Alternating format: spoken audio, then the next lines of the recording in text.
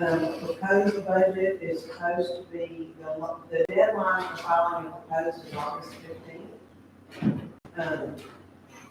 We were able to file it July 31st, and in years past, the previous administration just filed the current budget to be in compliance. This year, Judge Powers wanted to put everything in that everybody wanted, so that they could see the numbers, and then when we do budget workshops, that's when it gets whittled down to what they're comfortable with. If you look at the paragraph that was had to be put on the agenda, a 26.5% increase, that looks like we just went off the roof, but there is a reason for that. Senate Bill 22, as the sheriff is well aware of, is for law enforcement. The sheriff's office gets $175,000. And you get $350,000. So because the sheriff's salary has to be advertised, and because the commissioner set the salaries once a year, it had to be factored in the budget. So the budget does look like it's got a big increase, but it's really not, because that's at no expense to the county for these increases. It's being funded by the state. The other, the $1 million comes into, because last year, the appraisal district, when they gave us the values for Melissa, it was Lynette at that time, to work up the tax rate, he had $1 million, made $1 million mistake. So it caused us to generate less revenue than I predicted, because we were going based on top of the values. And so that is the other reason for the increase, that we had no control over that. That was, it was what it was. The budget had already been adopted when it had been in the rate, when it had been discovered. It also affected the hospital as well. So there were some unique things with the budget this year that we normally don't have. Normally we get a tax rate, and we know that it's a good tax rate, and we didn't find out until after the fact that it wasn't. But we've been fortunate that we have still done well with collections, so it hasn't hurt us too bad. Some of the other increases. $150,000 for records. Record retention, that is an unfunded mandate. We have to do that. I think they originally wanted us to give them $300,000, and we said we can't do that, but we can do the $150,000. There is other unfunded mandates that we're obligated to, that we have to come up with the money. We don't have a choice. Just like the insurance coverages, all those rates went up just because of the cost of living. We have to have our buildings insured. The workers' comp rates, unemployment, all that has went up. So all things considered, I think we are really in good shape.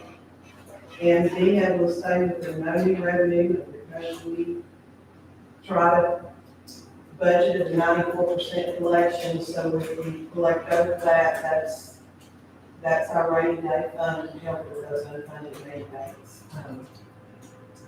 But that was I wanted people to know that it's not that the county has just shot their budget up. There's factors that have caused that.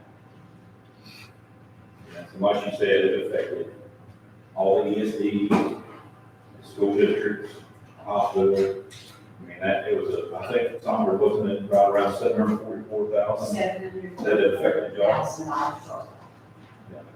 And then I was looking at the rates that the school district in Warren, and I talked to one board member, and I was asking if they had to have a voter approval election, because their no new revenue came in over the voter approval, which is very odd. And this mistake has troubled me. Ask Jefferson, it's troubled me the entire time of this budget cycle. It's out of your control. I feel like we've done the best we can, you know, to keep the budget within where it was without having a bunch of increases. We have a total of $1,675,000, and that's one of the things that you discussed with the records, with the Senate bill, which is not costing the county a dime. We just had to put it as an increase in the budget. You know, that's just the way it looks like that, but it's all gonna be state funded, that $525,000. And it's kind of like the bill that Governor Abbott signed about the $100,000 home exemption. It's not passed yet, but they're required to send the statements out as though it is, but we're not gonna vote on it till November. The calculations actually have to be done both ways. Yeah. So I have to do, for each school district, had to be two sets of calculations. So if it doesn't pass, you have to send out a supplement statement. Yes. But if it does pass, then what you got was good. I mean, it's been crazy. Tell everybody you know to look forward. Please. Yeah. Please. And it is good legislation, no doubt. Definitely help. And things are just going up and going up. Just for the record, none of our county employees got raises this year either, because one thing we're trying to overcome this area with that. We don't, you know, we just couldn't see raising the budget higher, to give everybody a raise, even though I know that needed cost of living. We even had the same thing with the Tyler County Appraisal District, which is kind of, we fund that as well. We told them the same thing, that we could not go up on a raise on funding for their department. And I think they had another department as well that said the same thing that we had said, that didn't go up as well, so.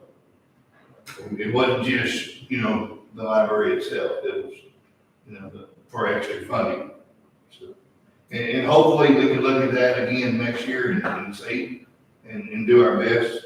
Like I said, I have not spoken to other entities that are giving money as well to the library, so I don't know how they're doing on any of theirs either, so.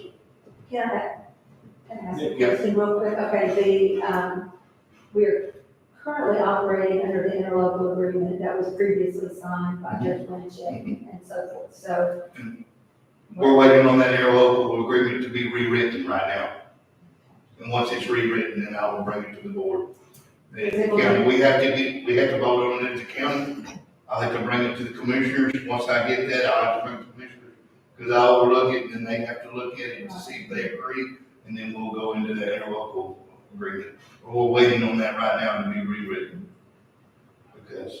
Because of the fact that when I sent that to our attorney, he had a problem with that. So that was something. He's our civil attorney that we have hired here for the county. So he looked at it. We'll be getting that. I plan on bringing it to the next governing board meeting, but we didn't get to have one. So that's planned on discussing that with you. Is there any other budget step that we want to look at for 2024 before we, anybody else? Do we want anyone else here? Are you okay with that? Anyone in here that may have any questions? I'll tell you that SB 22 though, when the grant for the sheriff's office and the DA, that's going to be a big boost for our law enforcement. For sure. Maybe the sheriff will be able to close the training squad there and ship them out. Hopefully you can retain some of the training. Yeah, you know, what we're seeing, like you guys already said this before, with the retention and attraction of, not only law enforcement, but the, public education sector, the medical field, it's, you know, it's a crazy time we're in right now, and we're not seeing this here, we're seeing it everywhere. You know, school or bus driver, I mean, the little things now, just unfortunately in our society today, a whole lot of people want to work. There's money out there to be made. There's money to be made right here in Tyler County. So hopefully something on that will change on that. Yes, sir. And he, previous meetings, he told us just how many officers, he trains and go PD down south pretty much for their payment. And it's everywhere, like I said, it's not just here, it's abroad. It's abroad in all places. We'll make it through. Any of the commissioners got any questions on the packet that was prepared?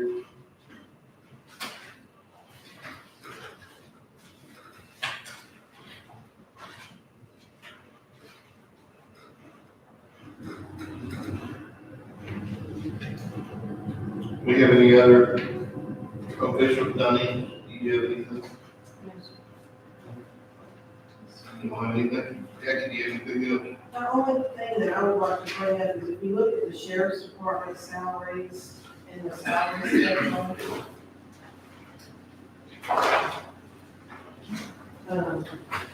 That Senate Bill 22 is factored in there. It's 46 of the salary schedule. Which one is it? Right, Costa? Right. Okay, so, it's gonna look like they got a raise, but one of the requirements of that grant, which they are, is it's being funded On the state. by the state. But one requirement of the grant is that there's a minimum that the deputies and jailers can make. And so before you do anything else with the grant, you have to bring them up to that minimum. Because y'all set the salaries, we brought it up to what their new base pay would be. But it's still not county funded, it is funded by Senate Bill 22. And then the excess that they give above that is why it says Senate Bill 22 stipend. Okay. So that it shows the rest of the money that they have. Is that correct? 40,000 for jailers, and we had to meet that requirement, Yes. and then 45,000 for deputies. Yes, correct. Okay. We met that requirement, which is gonna be completely state funded, and then, any stipends that is given over that to be able to compete is also given by state funds. And the reason we did it that way is in the event that the state says we can't fund it, then we're not obligated to keep what their stipend was in their salary. The county would not be able to, that's something that, we had discussed at the very beginning when we seen this. County would not be able to afford to continue on with those, payments. And that's why we put it in a stipend form. That way, it is that way, if the state discontinues this grant, that's the way it would be. Yes, and then we go back just to the current pay scale, and it's on for whatever fiscal year that is correct. All right. Any other discussion? Y'all looking at, give y'all a few minutes when you're looking through.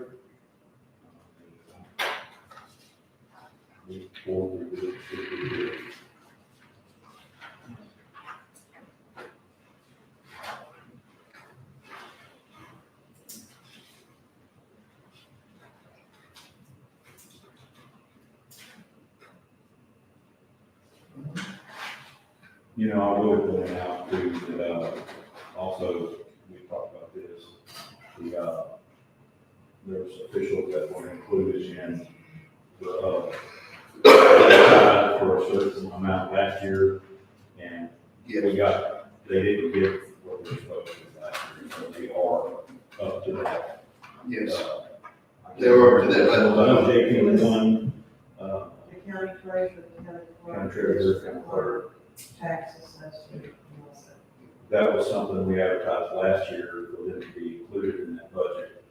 And they didn't get it. But it was asked to be removed at the last. Yeah, the last minute.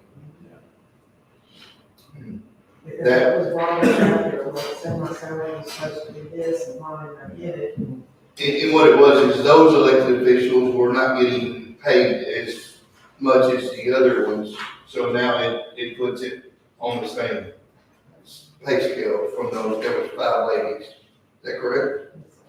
5 ladies that was not getting paid and we put that pay scale up. And that was a $2,000 per person. Because it was, 50,000 instead of 52,000. All right, And the other thing with the increase that I want to say is the senior meal program. That has been a really good thing. very good. All those people that go and get a meal are thoroughly enjoying it, and I know that Joe has worked tirelessly to make it happen, and, anything that we can do to help our seniors, I think it's well worth it. We've been able to get a funding to offset some of the costs from DEFCON.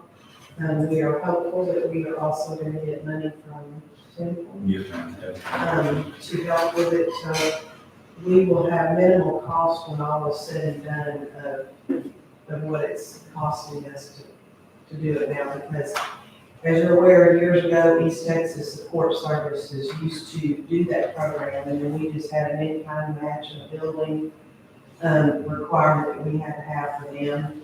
And then they pulled out, and it sat with nothing happening for a while before we were made aware of what we could do. And Joe looked into everything, so I think he's finally got it tweaked, that it's running pretty smooth now. So I'm very appreciative of that, for the senior. I still say we could have started without the hospital. Yes. Because, it's a lot of undertaking, but now it's smoked, it's flowing like a well-oiled machine, so. And we did, I guess, last week or the week before last, we had a lady, had to leave for her dad's health problems. And, man, I was freaking out. Who in the world? I won't be working in the kitchen, that's what I was thinking.